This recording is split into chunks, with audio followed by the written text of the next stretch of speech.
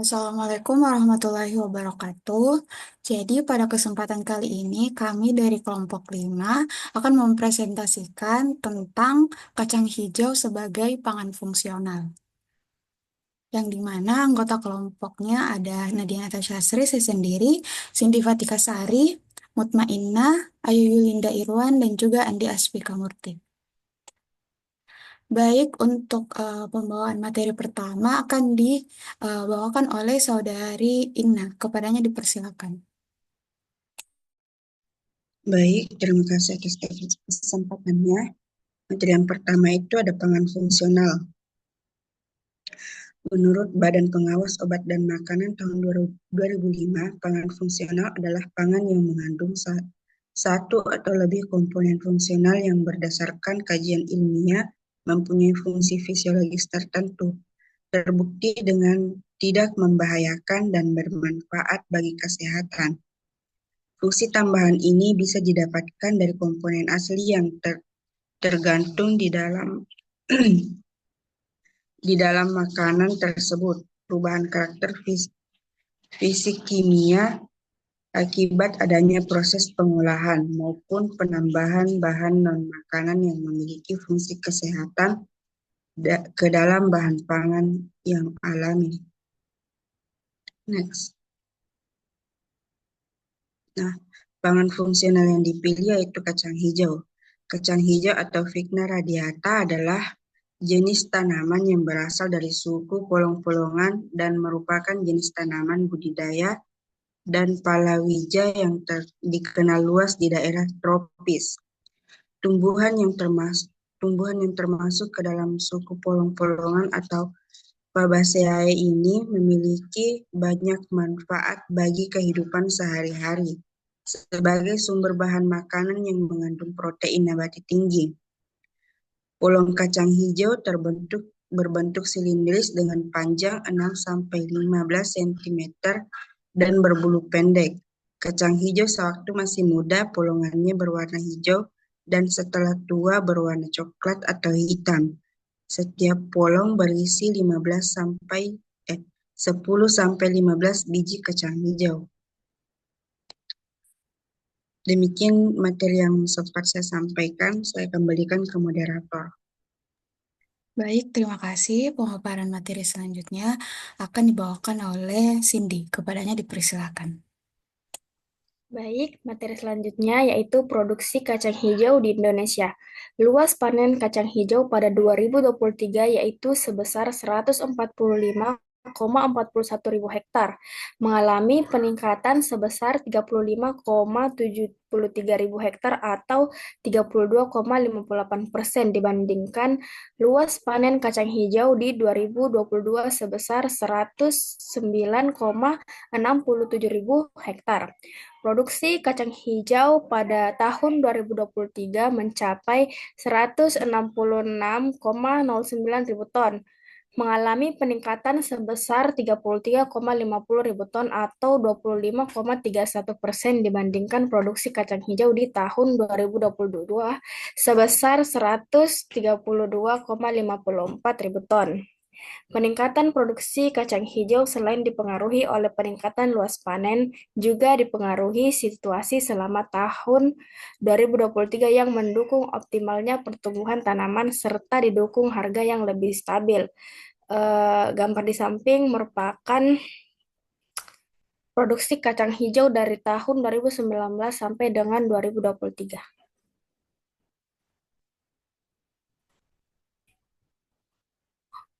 Nah, materi yang selanjutnya yaitu komposisi zat gizi dan manfaatnya bagi kesehatan. Komposisi zat gizi kacang hijau dalam 100 gram yaitu energi sebanyak 350 kilokalori, protein 17,1 gram, lemak 1,8 gram, karbohidrat 70,7 gram, besi 4,9 mg, kalsium 94 mg, fosfor 315 mg, tiamin atau vitamin B1 0,40 mg. Zat besi yang terdapat di dalam kacang hijau termasuk kategori tinggi dalam golongan kacang-kacangan. Zat besi merupakan komponen utama dalam pembentukan hemoglobin. Kandungan kalsium dan fosfor pada kacang hijau bermanfaat untuk memperkuat tulang dan eh, kandungan B1 yang ada di dalam sari kacang hijau juga berguna untuk memaksimalkan kerja saraf sehingga mudah berkonsentrasi dan lebih bersemangat. Sekian materi dari saya kembalikan ke moderator. Baik, terima kasih. Untuk pemaparan materi selanjutnya akan dibawakan oleh Ayu. Kepadanya dipersilakan. Baik, terima kasih. Materi selanjutnya itu produk olahan kacang hijau. Yang pertama, wedang kacang hijau. Wedang kacang hijau sering disajikan sebagai minuman hangat yang cocok untuk dinikmati saat cuaca dingin atau sebagai camilan sehat. Minuman ini juga dikenal memiliki manfaat kesehatan seperti membantu mengurangi kolesterol dan meningkatkan kesehatan jantung. Yang kedua itu brownies kacang hijau. Brownies kacang hijau tidak hanya menawarkan rasa yang unik, tetapi juga memanfaatkan kacang hijau sebagai sumber protein nabati yang baik. Inovasi ini bertujuan untuk meningkatkan nilai jual kacang hijau dan memperkenalkan variasi baru dalam pengolahan bahan makanan lokal. Yang ketiga, onde-onde kacang hijau. Onde-onde kacang hijau adalah salah satu jenis kue tradisional Indonesia yang terbuat dari adonan tepung ketan yang diisi dengan pasta kacang hijau. Kue ini populer sebagai jajanan pasar dan sering disajikan dalam berbagai acara. Yang keempat itu es lilin kacang hijau. Es lilin kacang hijau adalah salah satu jenis es tradisional Indonesia yang terbuat dari kacang hijau, santan, dan gula. Disajikan dalam bentuk es beku yang menyegarkan. Minuman ini sangat populer sebagai camilan di hari panas.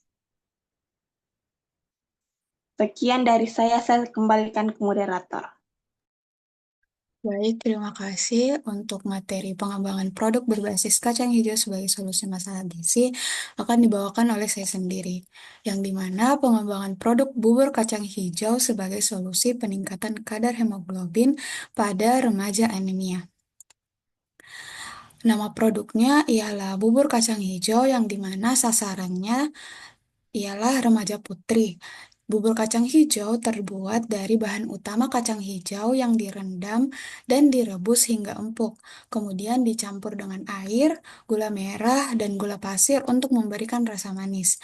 Santan ditambahkan untuk memberikan kekayaan rasa dan tekstur yang kental, sementara daun pandan dan jahe memberikan aroma khas. Garam ditambahkan untuk menyeimbangkan rasa dan dalam beberapa varian, tepung kanji atau sagu mutiara bisa juga digunakan untuk menambah kekentalan atau tekstur.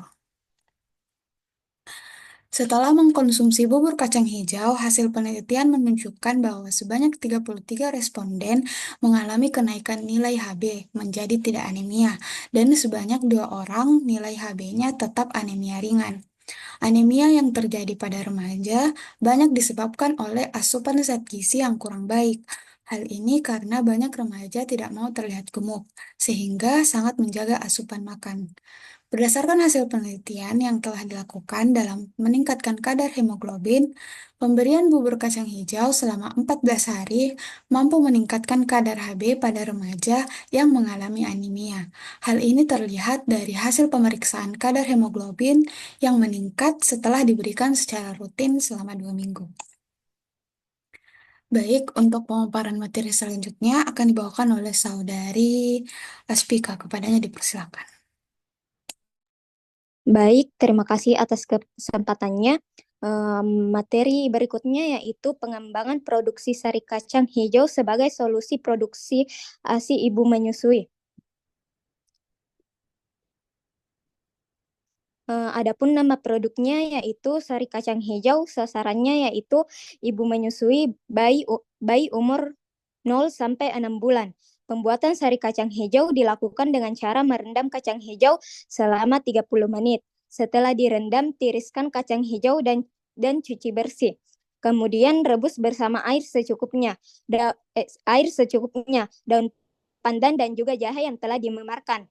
Rebus hingga kacang hijau menjadi lunak selama 35 menit.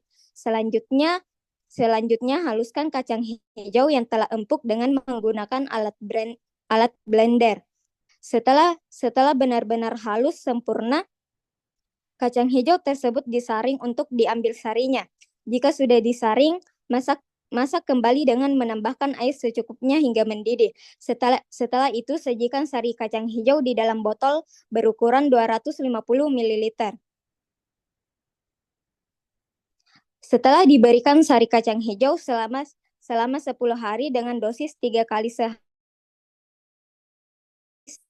sebanyak 250 ml per botol, rata-rata frekuensi menyusui ibu sudah meningkat sejak hari kedua dan ketiga intervensi. Produksi ASI yang baik juga dikarenakan ibu dapat memenuhi zat gizi setiap harinya dengan meminum sari kacang hijau yang kaya akan gizi, mempengaruhi kerja hormon prolaktin dan oksitosin dalam memproduksi ASI dengan baik sehingga ibu dapat memberikan ASI secara eksklusif. Sari kacang hijau dapat menjadi salah satu alternatif untuk permasalahan produksi ASI pada ibu menyusui sehingga ASI eksklusif dapat terlaksanakan dengan baik. Selain harganya yang terjangkau, sari kacang hijau juga dapat dibuat sendiri di rumah atau juga dapat membeli sari kacang hijau yang sudah dalam kemasan. Baik, terima kasih. Saya kembalikan ke moderator. Baik, terima kasih. Adapun kesimpulannya ialah kacang hijau memiliki potensi sebagai pangan fungsional karena kandungan zat gizinya yang tinggi termasuk protein, karbohidrat, dan mineral seperti kalsium dan fosfor. Kacang hijau juga mengandung asam lemak tak jenuh yang baik untuk kesehatan jantung dan memiliki sifat antioksidan, antiinflamasi, serta dapat menurunkan kolesterol. Baik, itulah tadi presentasi dari kelompok kami. Lebih dan kurangnya mohon dimaafkan. Wassalamualaikum warahmatullahi wabarakatuh.